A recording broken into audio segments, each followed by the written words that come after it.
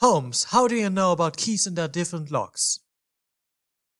Well, you see, Watson, a detective needs to understand everything to understand what criminal will plan out. Not using every equipment that you have is a sign of stupidity. Hell. Man, he sure is the perfect slave. Sherlock Holmes, the master detective and one of my all-time heroes, who learned everything in the field of criminology to learn all the dirty tricks of criminals. He knew everything from poison up to various kinds of key locks. He once solved the case by just looking at a doorknob and deduced that the murder must be short-sighted. You might ask once again, why the bloody hell would I care about what Sherlock Holmes does to solve a case? Well, by understanding that Sherlock Holmes solves his cases always by using the most unlikely evidence or research, we can deduce that even a seemingly useless healer can help solve a case like the Demon King trying to take over the world. In my last video we talked about how the healer isn't useless by exploring his many abilities, and how a bad story uses his overpowered character as a victim. But today we just imagined that we had a decent story, so that we can showcase how a bloody good superhero could be created by exploring such a seemingly basic power. This is why we look at different situations and how such a power can help a person, and those proving once again that this story is badly written and not balanced. Well, in my last video I explained this part of the section, but for the sake of completion I will redo it. Oh my god, he's so funny, bruh. Well, let's just say a healer healed a swordsman. He gained all his memories and all his trauma. This will be important later, by the way. But also his training as a swordsman, meaning a healer knows how to swing a sword, how to block a sword, and how to act on the battlefield. You don't believe me? Look at the MC stated this himself in the first episode.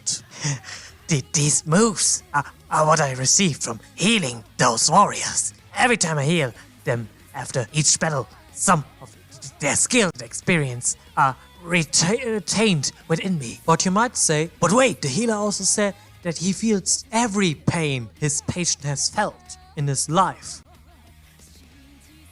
Meaning that our MC character can just heal a paper cut to get the memory easier. So what to do? Well, why doesn't he heal a swordsman in training who doesn't have a lot of pain inflicted upon him? He still would feel some pain, but he would learn everything or some of the swordman's training. After he healed the swordman in training, he heals after a day another one, and so on and so on. But I'm not done yet. What if he heals a scholar, like a doctor, a historian, teacher, an artist, an author, or a smith? Most of them didn't have much experience with pain, so he would also learn a lot about their fields without suffering a lot of pain. Meaning that we have now a healer who has modest or advanced knowledge in fighting, and in scholars he must feel a lot of pain. But at least it isn't as much as advanced soldier who recently got his arm cut off. It is a weakness, but weaknesses are good. It is good to have limitation. Screw limitation. I just healed this woman without feeling any pain.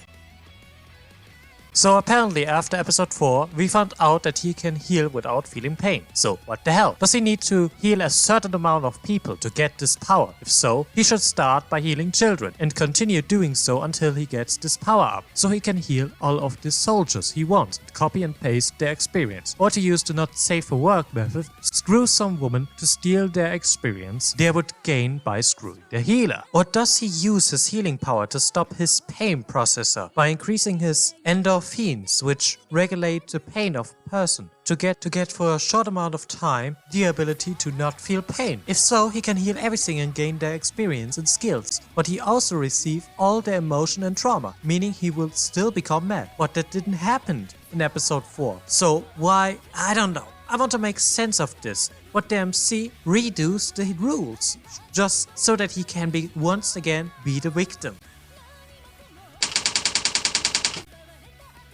So, we now have a healer who absorbed all kinds of training, and now he's a first-class swordsman and a first-class healer by healing many doctors.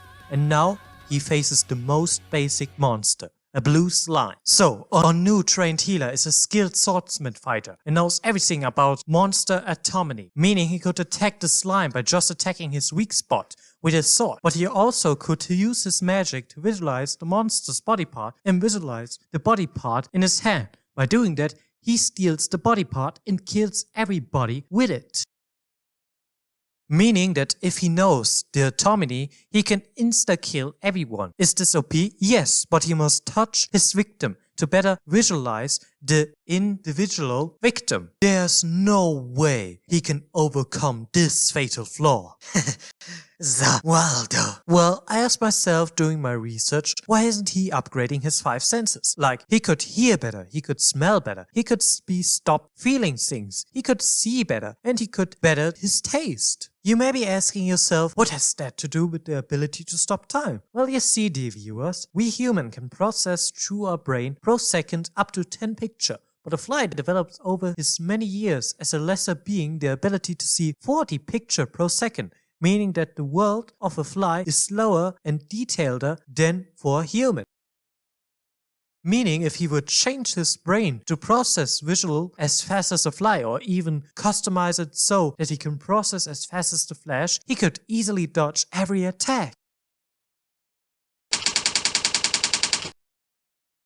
Well, we can skip that part, because after episode 4, we know he can heal everything without feeling any pain or emotion. The only question I have is why does not even a single history book tell of this power of a healer who becomes immune to pain and emotion? If our MC is special, I could understand, but the thing that makes him special is creating matter which doesn't exist anymore, meaning he breaks the first law of thermodynamics. Energy can't be created or disappear, it only changes its form. But now, here's the problem. Besides healing the arm of the One Knight, he only changes the matter in his body or out of objects. Meaning that every healer could change their hormones into endorphins, so that he wouldn't feel any pain when he heals, or could stop the heart of an enemy. But apparently, drugs are more effective than to research the healing field, like all the other magic fields.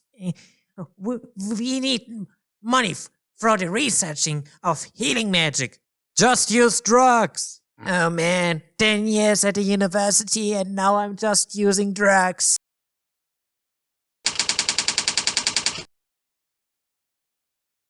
Now that we know that he can't feel pain when healing, or if he just stopped the pain processor of the brain, we can ask us the question, what would happen if he would use the healing ability to change his body? You might ask, but Notebook, wouldn't this go against the first law of thermodynamics that energy can't be created? Well, I would agree if plastic surgery wouldn't exist. If a normal healer would use the fat or skin of some of his patients, he could use it not only to heal some huge wounds, but also to use it to change his appearance. Like in episode 2, where our MC uses his healing power to take some of the captain's body, height, and characterizes to change his own form. But the limitation doesn't stop there. He can change the mind of his patient by destroying protein in the brain, meaning that he can alter the memory, personality, and mindset. Meaning that if he was sent to kill a political figure, he could easily change his mindset to make him a mindless slave, who would be a slave who would act on the behalf of the kingdom.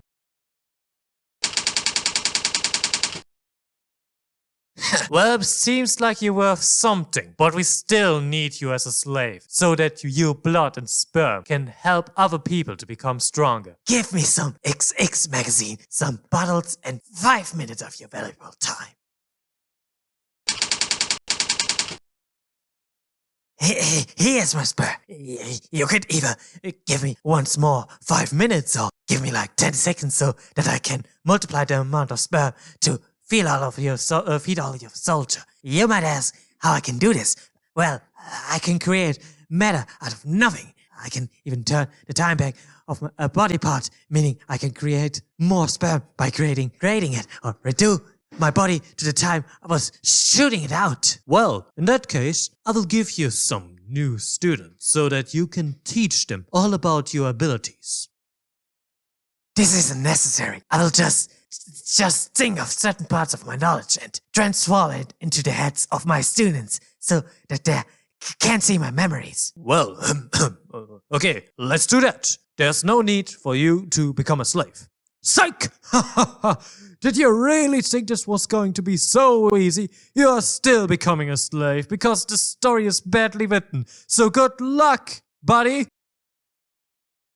My head hurts. This voice is really hard to pull off. But anyways, this was all the parts I could think of. What the healer could do if he was in a well-written story. He would be a hell of a soldier who would be as OP as a god. Well, it is a shame that we can't have that anymore. But you can have some more critics video from me. And in the next part, I will cover up the stupidity of the healer's plan of revenge. And after that, we will look at the difference between Batman and the Redoer.